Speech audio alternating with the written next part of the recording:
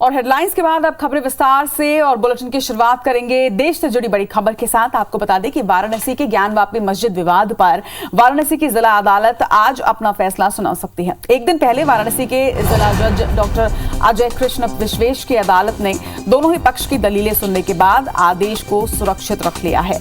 बता दें कि अदालत में लगभग 1 घंटे तक हुई सुनवाई में मुस्लिम पक्ष के वकील अभयनाथ यादव ने सुप्रीम कोर्ट के आदेश का हवाला देकर मां श्रृंगार गौरी ज्ञानवापी प्रकरण पर कहा कि पहले ये सुनवाई हो जाए कि ये प्रकरण सुनने लायक भी है या फिर नहीं। तो वहीं हिंदू पक्ष के वकील विष्णु जैन ने मुस्लिम पक्ष के प्रार्थना पत्र के साथ ही कमीशन कार्रवाई की रिपोर्ट और वीडियोग्राफी फोटोग्राफी कोर्ट में पढ़ने की मांग रखी। उनका कहना है कि अब रिपोर्ट कोर्ट की कार्रवाई का हिस्सा है और उस पर सभी पक्षों को आपत्ति दाखिल करने का अवसर भी मिलना चाहिए।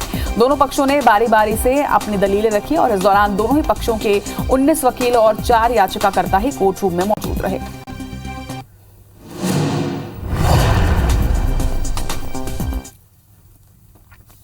और एक और बड़ी खबर से आपको अपडेट करते हैं। आपको बता दें कि अब से थोड़ी ही देर में टोक्यो में क्वाड सम्मेलन शुरू हो जाएगा। टोक्यो में बाइडेन से प्रधानमंत्री नरेंद्र मोदी मिलेंगे। जापान के क्वाड सम्मेलन में प्रधानमंत्री नरेंद्र मोदी पहुंचे हैं। बता दें कि जापान ऑस्ट्रेलिया के पीएम से भी आज मुलाकात होगी। तो जापान के दौरे पर पीएम नरेंद्र मोदी हैं। क्वाड सम्मेलन में वो सम्मिलित होने वाले हैं और अब से कुछ ही देर में क्वाड सम्मेलन की शुरुआत होने जा रही है। जापान के क्वाड सम्मेलन में शामिल होने के लिए प्रधानमंत्री नरेंद्र मोदी जापान पहुंच चुके हैं। कल तस्वीरें भी सामने आई थी, किस तरह से उनका स्वागत वहां पर किया गया। बता दें कि थोड़ी ही देर में टोक्यो में क्वाड सम्मेलन की शुरुआत होने जा रही है।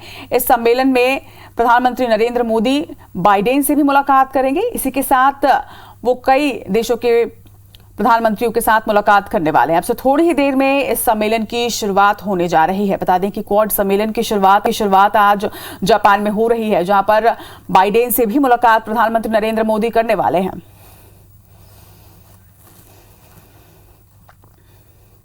तो अहम मुद्दों पर चर्चा इस क्वाड सम्मेलन में होने वाली है। पीएम नरेंद्र मोदी आज जापान के प्रधानमंत्री दफ्तर पहुंच चुके हैं। जापान ऑस्ट्रेलिया के पीएम से भी आज वो मुलाकात करने वाले हैं और इसी तरह से बाइडेन से भी आज वो मुलाकात करेंगे।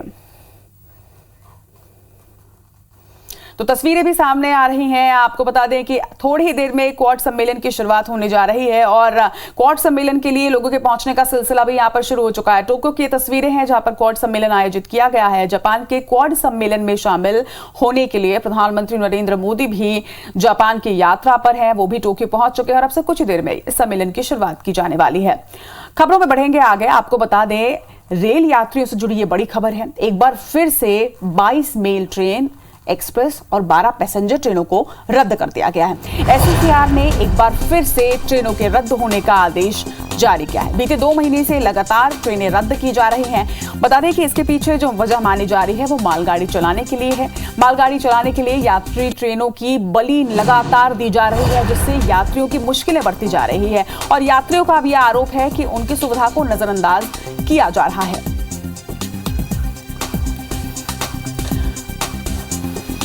तो 22 मेल, एक्सप्रेस और 12 पैसेंजर ट्रेनों को एससीसीआर ने एक बार फिर से रद्द कर दिया है। निश्चित तौर पर 1 महीने की अवधि के लिए जब ट्रेनें रद्द हो रही हैं तो दिक्कतें ट्रेनों यात्रियों को जरूर होंगे और मुश्किलों को नजरअंदाज कर मालगाड़ियों को चलाने का यहां पर आदेश दिया गया है। इस खबर पर जरा जानकारी के साथ बिलासपुर जोन से हमारे साथ हमारे सहयोगी जितेंद्र थवाइत इस वक्त जुड़ रहे हैं। जितेंद्र, जिस तरह से लगातार ट्रेनों को रद्द करने के आदेश जारी हो रहे हैं, यात्री पहले ही परेशान है। कोरोना काल से कई ट्रेनें अब तक बंद है, जिनका परिचालन भी शुरू नहीं हुआ है। अब ऐसे में ट्रेनों को रद्द करने का आदेश अगर 1 महीने के लिए बढ़ा दिया जाता है तो यात्रियों को तो बहुत ज्यादा परेशानी इससे होगी।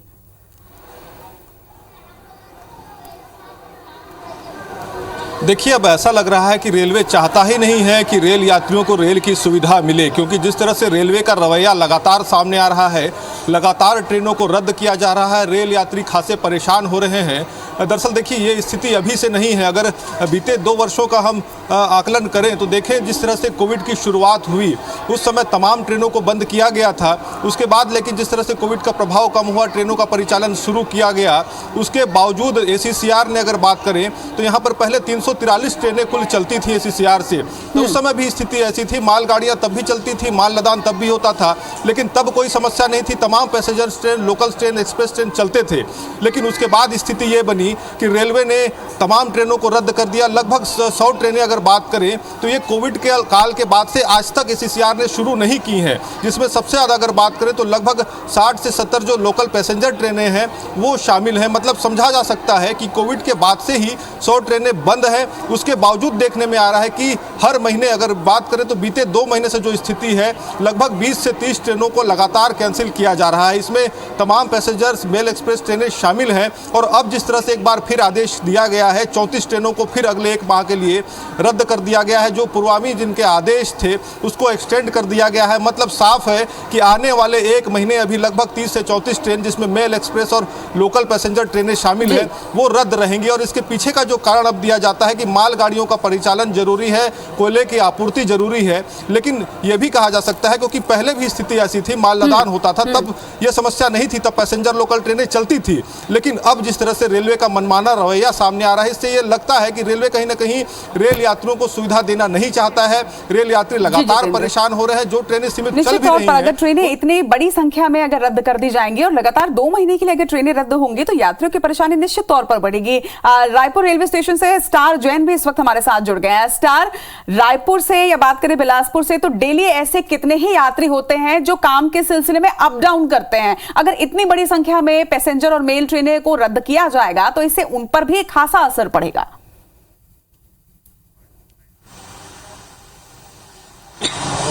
देखिए, आपको बताना चाहूंगा कि पहले ही लोकल ट्रेनें रद्द है, वो चल नहीं रही है पर्याप्त संख्या में, और उसके ऊपर से मेल और एक्सप्रेस ट्रेनों को भी रेलवे ने रद्द कर दिया है, और वो भी लंबे समय के लिए। तो इससे कहीं ना कहीं यात्रियों को बहुत दिक्कत होगी, बहुत परेशानी होगी। कुछ पैसेंजर हमारे साथ मौजूद है, बताइए कितनी दिक्कत होती है? एंड टाइम में ट्रेनें कैंसिल कर दी जा रही है। बहुत ज्यादा ही दिक्कत होता है आने जाने में। ड्यूटी जाना है तो कभी कभी छूट भी जाती है, ट्रेन तो कैंसिल हो जाती है, तो हम लोग आ नहीं पाते हैं।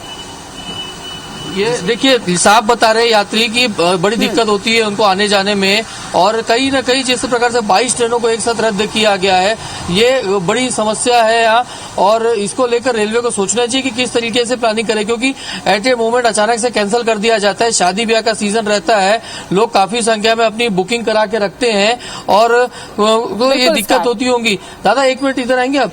नहीं, देखिए, ये ट्रेन पकड़ने वाली बात होगी इनको, लेकिन आम जैसे स्टेशन की आपको बता रहा हूं तो काफी लोग यहाँ पर इंतजार कर रहे हैं, क्योंकि कुछ ट्रेनें रद्द कर दी गई है अचानक से, और इनको प्लान जानकारी नहीं थी। बाहर से लोग आके रहे हुए हैं अपनी ट्रेन, अब इनके पास ऑप्शन नहीं है, तो इनके साथ ही लोग दूसरी ट्रेन में रिजर्वेशन कराने गए हैं।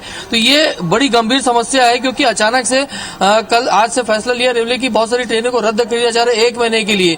तो ये सोचना होगा रेल प्रबंधन को कि इतनी बड़ी जिम्मेदारी कैसे वो भूल सकता है, क्योंकि आम पब्लिक को अगर मालगाड़ी चलाने के लिए यात्री ट्रेनों को इस तरह से रद्द किया जाएगा तो यात्रियों को ना सिर्फ परेशानी होगी, बल्कि मुझे लगता है कि धीरे धीरे यात्रियों में आक्रोश भी बढ़ेगा। देखना होगा इस समस्या का समाधान किस तरह से निकलता है। स्टार, जितेंद्र, आप दोनों का ही बहुत बहुत शुक्रिया।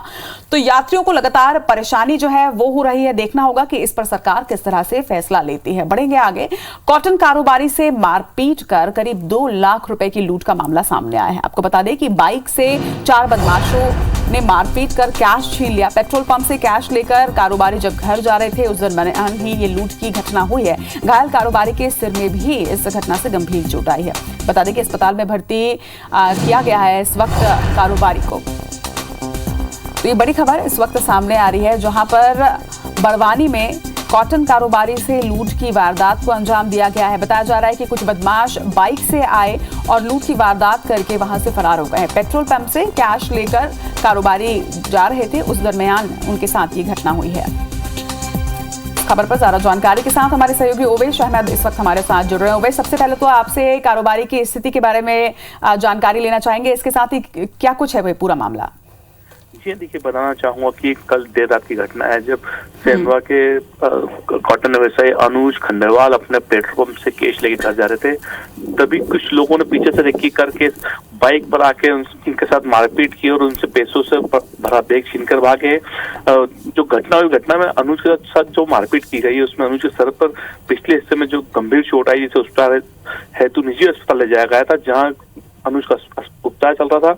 आपको बताऊंगा कि जो अनुज के पास में पैसों का बैग था, उसमें लगभग 1.5 से 2 लाख रुपए थे, जो लेके बदमाश भागे। पुलिस, जहाँ सेंधवा ग्रामीण पुलिस को घटना की जो सूचना मिली उसके बाद पुलिस ने अपनी अलग अलग टीम बनाकर रवाना करी थी, आरोपियों की तलाश में रवाना करी थी। अवैश, क्या आरोपियों का अब तक कोई सुराग लगा है पुलिस को? फिलहाल तो आरोपियों का अभी तक कोई सुराग नहीं मिला, लेकिन घटना स्थल से जरूर कुछ साक्ष्य प्राप्त हुए हैं जिससे आरोपी को जल्दी सुराग लगने की संभावना है। और अनुज की स्थिति की बात करें तो अनुज की स्थिति अभी स्थिर बनी हुई है, गंभीर कोई हालत नहीं है, लेकिन जब भी अनुज के सर पर एक गंभीर चोट है। जी चलिए, खबर पर नजर बनाकर रखिएगा। तमाम जानकारी के लिए आपका बहुत बहुत शुक्रिया अवैश। और कुछ इसी तरह की घटना रायपुर में हुई है। आपको बता दें, रायपुर में एक बार फिर से चाकूबाजी की घटना हुई है, जहां पर चाकू से गोदकर एक युवक की हत्या कर दी गई है। घटना गुढ़ियारी इलाके की बताई जा रही है, जहां पर रेलवे ट्रैक पर लाश टुकड़ों में मिली है। चोरी के मोबाइल के बंटवारे को लेकर यह विवाद हुआ बताया जा रहा है, और इसके बाद युवक की हत्या कर दी। हत्या को हादसे की शक्ल देने के लिए ट्रैक पर लाश फेंक दी गई थी। पुलिस ने नाबालिग समेत 2 आरोपियों को इस पूरे मामले में गिरफ्तार कर लिया है।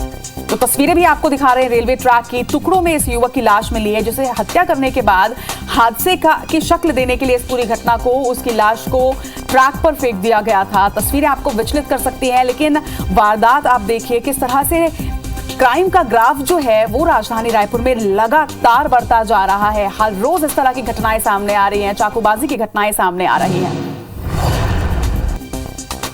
देखिए, गुढ़ियारी थाना क्षेत्र में रेलवे ट्रैक के पास में एक युवक का शव मिला था। बाद में इसकी पहचान विकेश सेंद्रे के रूप में हुई है, जो खमतरई थाना क्षेत्र का रहने वाला है, और प्रथम दृष्टया इसमें संदिग्ध लग रहा है। इसी के हिसाब से मर्ग इसमें कायम किया गया है और जांच की जा रही है। कुछ लोगों को पूछताछ में भी लिया गया है, पूछताछ इनसे की जा रही है। शव का PM कराया गया है, आगे की वैधानिक कार्रवाई की पुलिस के द्वारा की जाएगी। रुक करेंगे पन्ना का। पन्ना के घर में भीषण आग लगी है, जहां 2 पशुओं की जलकर मौत होने की सूचना सामने आ रही है। घर का सामान भी इस दौरान जलकर खाक हो गया है। बताया जा रहा है कि तेज आंधी के चलते आग की लपटें बढ़ी है। अजगर थाना क्षेत्र के बीहर सरवरिया गांव की पूरी घटना बताई जा रही है। घटना की तस्वीरें भी सामने आई हैं। साफ तौर पर देखा जा सकता है कि किस तरह से पूरे घर में यह आग फैली हुई है। बताया जा रहा है कि जिस तरह से आंधी तूफान आया था, उसके बाद आग की लपटें जो है वो और तेज होती चली गई, और उसके बाद भीषण आग से घर का पूरा ही सामान जलकर खाक हो गया। जरा जानकारी के साथ हमारे सहयोगी अमित खरे हमारे साथ जुड़ रहे हैं। अमित, इस वक्त वहां पर क्या स्थिति? देखिए, आपको बताना चाहेंगे कि ये एकदम मौसम ने अचानक करवट ली और तेज आंधी हवाओं के साथ बारिश भी हुई। इसी हवाओं के कारण शॉर्ट सर्किट की से 4 घरों में आग लगी है, जहां पर करीब आधा दर्जन से अधिक मवेशी और पूरी गृहस्थी का सामान जलकर खाक हो गया है। हालांकि काफी मशक्कत के बाद अजयगढ़ से फायर ब्रिगेड की टीम मौके पर पहुंची और आग को देर रात करीब 12 बजे के समथिंग आग को पूरी तरह से बुझाया गया है, लेकिन जब तक पूरी तरह से 4 घरों का गृहस्थी का सामान जलकर पूरा तरह से खाक हो गया है। जी तमाम जानकारी के लिए आपका बहुत बहुत शुक्रिया अमित। और कुछ इसी तरह की घटना बिलासपुर में भी देखने को मिली है, जहां पर जंगल में आग लगी है। आपको बता दें कि तेजी से जंगल में ये आग फैल रही है, जिस तरह की सूचना सामने आ रही है। हालांकि अब तक आग लगने के कारण अज्ञात बताए जा रहे हैं। सूचना के बाद भी दमकल की टीम वहां पर नहीं पहुंची है, वहीं वन विभाग के कर्मचारी भी मौके से नदारद पाए गए। आग बुझाने के लिए स्थानीय लोग ही यहां पर प्रयास करते रहे, और जिस तरह की तस्वीरें सामने आई है, आप देख सकते हैं कि कितनी भीषण ये आग लगी है। तो जंगल में भीषण आग लगने की ये तस्वीर सामने आई है, जहां पर देखा जा सकता है कि कितनी भीषण ये आग है। बिलासपुर की ये खबर है, तो दूसरी तरफ मध्य प्रदेश के पन्ना में एक घर में आग लगी है। तो 2 तस्वीरें इस वक्त आप देख रहे हैं। मध्य प्रदेश और छत्तीसगढ़ में किस तरह से आग का तांडव है, ये तस्वीरें बयान कर रही है। पहली तस्वीर जो है वो मध्य प्रदेश के पन्ना की है, जहां पर घर में आग लगी है, और बताया जा रहा है कि आंधी की वजह से ये आग और फैलती चली गई। तो वहीं दूसरी तरफ जंगल में आग लगने की ये तस्वीर जो है वो सामने आई, और तस्वीरों से साफ तौर पर समझा जा सकता है कि कितनी भीषण ही आग लगी है। और उससे भी बड़ा सवाल जो है वो ये खड़ा होता है कि वन विभाग की टीम यहां पर बिल्कुल भी नहीं पहुंची है, और इसी वजह से लगातार आग जो है वो बढ़ती जा रही है। हालांकि स्थानीय लोग जो हैं वो पूरी कोशिश कर रहे हैं कि किसी तरह से वही आग पर काबू पाएं, लेकिन इतनी भीषण ये आग है कि स्थानीय लोग शायद प्रयास करके भी इस आग को बुझा नहीं पाएंगे। तो आग के तांडव की ये 2 तस्वीरें इस वक्त आपके सामने। खबरों में अब आगे बढ़ेंगे और बात करेंगे सतना की। सतना के मैहर में तेज आंधी और तूफान के बीच रोपवे खराब हो गया, जिससे 40 श्रद्धालु फंस गए। करीब आधे घंटे तक श्रद्धालु रोपवे में ही फंसे रहे। वहीं आधे घंटे के बाद सभी लोगों को सकुशल नीचे लाया गया। राहत की बात यह रही कि इसमें किसी भी तरह की जनहानि नहीं हुई है, मगर इससे रोपवे प्रबंधन की लापरवाही जरूर सामने आ गई है। घने बादलों की वजह से दिन में विजिबिलिटी कम हो गई थी, मगर फिर भी रोपवे का संचालन जारी था। और तस्वीरों से भी आप साफ तौर पर देख सकते हैं कि किस तरह से आधे रास्ते में ये रोपवे लटक रहे हैं। और वहीं अगर आप ऊपर आसमान की तरफ देखें तो घने बादल भी नजर आ रहे हैं। तो विजिबिलिटी जब कम होती है उस वक्त रोपवे का संचालन नहीं किया जाता, लेकिन प्रबंधन की लापरवाही यहां पर जरूर सामने आई है। रोपवे प्रबंधन ने लापरवाही दिखाते हुए ऐसे मौसम में भी रोपवे का संचालन जारी रखा, जिसकी वजह से 40 लोगों की जान पर बनाई थी। वो तो गनीमत रही कि समय रहते सभी 40 यात्रियों को सकुशल वापस उतार लिया गया और किसी भी तरह की कोई जनहानि इस हादसे में नहीं हुई है। क्या हवा चलने से पहले कोई वहाँ पे बताया नहीं गया कि कोई असुविधा या कुछ हो सकता है? नहीं। आधे घंटे लटकते रहे आप। हाँ, अरे डर लग रहा था कि जान चली जाएगी एकदम से। हाँ, कैसा महसूस हो रहा है? ऐसा महसूस हो रहा था। बढ़ेंगे आगे, रुक करेंगे जबलपुर का। जबलपुर जिले में भू माफियाओं और अपराधियों पर प्रशासन का बुलडोजर चला है। बुलडोजर की कार्रवाई लगातार जारी है। मंझौली के इंद्राना गांव में जनपद सदस्य के भाई शमीम खान के अवैध मकान को प्रशासन ने जमींदोज कर दिया। बता दें कि शमीम ने सरकारी 5 हेक्टेयर से ज्यादा जमीन पर अवैध कब्जा कर रखा था। वहीं कब्जा मुक्त जमीन की अनुमानित कीमत 1 करोड़ 35 लाख रुपए बताई जा रही है। राजस्व और पुलिस विभाग ने संयुक्त रूप से मिलकर इस कार्रवाई को अंजाम दिया और भूमि को कब्जा मुक्त करवाया।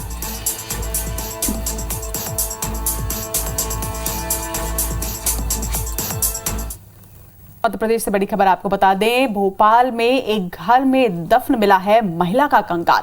अवैध संबंध के शक में हत्या की आशंका जताई जा रही है। निगरानी बदमाश असलम पर हत्या का आरोप है। बता दें कि प्रेमिका की हत्या कर घर में ही लाश को दफना दिया गया था। नवंबर 2021 से महिला की गुमशुदगी की रिपोर्ट भी दर्ज थी। पड़ोसी महिला की मारपीट की शिकायत पर हत्या का पूरा राज खुला है। तो एक बड़ी खबर इस वक्त सामने आ रही है मध्य प्रदेश की राजधानी भोपाल से, जहां पर महिला का कंकाल घर में दफन मिला है और माना जा रहा है कि अवैध संबंध के शक में इस हत्या की आशंका जो है वो भी जताई जा रही है।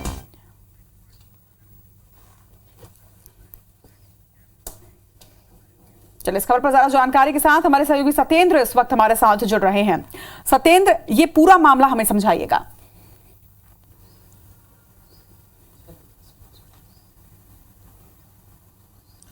देखिए, राजधानी के भोपाल से इस वक्त की ये सबसे बड़ी खबर है कि एक महिला का कंकाल उसके प्रेमी के घर के अंदर से पुलिस ने बरामद किया है।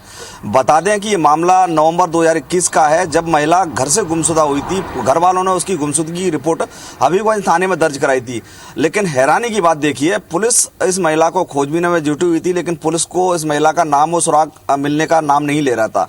लिहाजा हुआ ये कि कल देर रात एक महिला शिकायत करने के लिए थाने पहुंची कि थाना क्षेत्र का निगरानी बदमाश शमशेर उर्फ बबलू उसके साथ आए दिन मारपीट करता है और परेशान करता है। पुलिस इस मामले की तफ्तीश करने के लिए देर रात बदमाश जो है शमशेर उर्फ बबलू उसके घर पहुंची और घर की तलाशी ली। लेकिन पुलिस के आने की भनक लगते ही बदमाश घर से फरार हो गया। जब पुलिस ने तहकीकात करते हुए बदमाश की पत्नी से पूछा कि तुम्हारा पति कहाँ है, तो पुलिस ने पत्नी ने कहा कि वो घर पर नहीं है। पुलिस ने घर में छानबीन की तो घर के अंदर एक महिला की खोपड़ी, गर्दन कटी हुई खोपड़ी मिली। पुलिस को शक हुआ कि कुछ ना कुछ अनहोनी की आशंका है। पुलिस ने जब सख्ती से शमशेर उर्फ बबलू की पत्नी से पूछताछ की तो बबलू की पत्नी ने इस हत्या का राज खोल दिया। जैसे ही पुलिस के सामने वो टूटी तो पुलिस ने घर के अंदर से छानबीन की और उस जगह की खुदाई की जहां पर महिला का कंकाल दबा हुआ था। पुलिस भी जब खोदते खोदते हैरान हो गई। घर के अंदर जो दफन थी महिला, उसके अंदर सीमेंटेड चबूतरा था। सीमेंटेड चबूतरे के नीचे महिला का कंकाल दबा हुआ था। करीब 8 महीने से महिला का ये सब जो है दफन था। महिला का नाम सेवा बताया जा रहा है। ये वही महिला है जिसके बदमाश शमशेर उर्फ बबलू से अवैध संबंध थे। अवैध संबंधों के चलते बदमाश शमशेर उर्फ बबलू ने इस महिला अपनी प्रेमिका की हत्या को अंजाम दिया और हत्या करके उसका शव घर के अंदर ही दफन कर दिया। जी, तमाम जानकारी के लिए आपका बहुत बहुत शुक्रिया सत्येंद्र। तो आगे के कार्रवाई में और जांच में तस्वीर पूरी तरह से साफ होगी, इस पर अपडेट भी लगातार आपको देंगे, लेकिन इस वक्त रुख करेंगे आगे की खबरों का। आपको बता दें कि सीएम शिवराज सिंह चौहान एक बार फिर से आज मॉर्निंग मीटिंग कर रहे हैं। आज झाबुआ और मंदसौर जिले की समीक्षा वो कर रहे हैं। दोनों ही जिला कलेक्टर से वीडियो कॉन्फ्रेंसिंग के जरिए चर्चा की जा रही है। झाबुआ और मंदसौर की समस्याओं पर बातचीत हो रही है।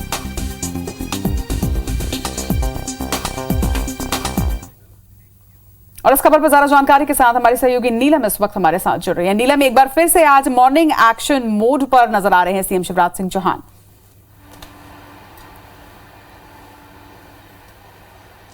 जी रचना, देखिए बिल्कुल मुख्यमंत्री शिवराज सिंह चौहान लगातार 5वें दिन जो है मॉर्निंग एक्शन मोड में नजर आए हैं और आज वो झाबुआ और मंदसौर जिले की बैठक ले रहे हैं, जिसमें जो मंत्री प्रभारी हैं हरदीप सिंह डंग समेत जो स्थानीय विधायक वो भी शामिल हुए हैं। साथ ही साथ कलेक्टर और जो प्रशासन के आला अधिकारी है वो भी इस बैठक में मौजूद है। अगर हम मुद्दों की बात करें तो कानून व्यवस्था, पेयजल व्यवस्था और साथ ही साथ आंगनबाड़ी के जो कार्यक्रम चलाए जाते हैं उन पर चर्चा की जा रही है। हम लगातार देख रहे हैं कि मुख्यमंत्री अब तक सिवनी, नीमच, भिंड, सीधी, डिंडौरी, खंडवा की जो है बैठक ले चुके हैं और अब जो है झाबुआ और मंदसौर की बैठक ले रहे हैं। और लगातार इसी बात पर फोकस मुख्यमंत्री का है कि हर एक जिले में कानून व्यवस्था किस तरीके से चुस्त दुरुस्त की जा सकती है, क्या कुछ वहां पर कमियां हैं, उन्हें कैसे सुधारा जा सकता है। इसके अलावा पेयजल पर वो ज्यादा फोकस कर रहे हैं कि पेयजल के लिए लोगों को परेशान ना होना पड़े। साथ ही साथ जब मुख्यमंत्री ने एक और जो बीड़ा उठाया है कि मध्य प्रदेश के आंगनबाड़ियां किस तरीके से जो है व्यवस्थित हो चुके, जो कमियां हैं उनको दूर किया जा सके। कल भी हमने देखा कि जब उन्होंने अन्य जिलों की बैठक ली थी तो आंगनबाड़ी के जो तमाम तरीके के कार्यक्रम चलाए जा रहे हैं, खासतौर पर कुपोषण को लेकर के या बच्चों की सुविधाओं को लेकर के उन पर जो है फोकस किया था। बिल्कुल, लगातार अलग अलग क्षेत्रों में वो मॉर्निंग मीटिंग कर रहे हैं और इस मॉर्निंग मीटिंग का असर भी देखा जा रहा है। तमाम बातचीत के लिए आपका बहुत बहुत शुक्रिया नीलम।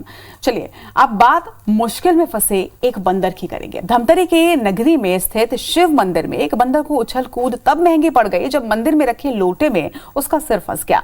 2 दिन पहले की यह तस्वीर बताई जा रही है। शिव मंदिर में जल चढ़ाने के लिए ये लोटा रखा हुआ था और तभी उछल कूद करता हुआ बंदर का बच्चा लोटे में सिर डाल देता है, जिसकी वजह से लोटा उसके सिर में ही फंस जाता है। जिसके बाद स्थानीय लोगों ने बंदर के सिर से लोटा निकालने का प्रयास भी किया मगर सफलता नहीं मिली। बता दें कि बंदर की मां बच्चे को लिपटाकर 2 दिन इधर उधर भटकती रही। वहीं तीसरे दिन बच्चे के सिर से लोटा अचानक निकल गया। फिलहाल अभी बंदर के बच्चे की स्थिति ठीक बताई जा रही है।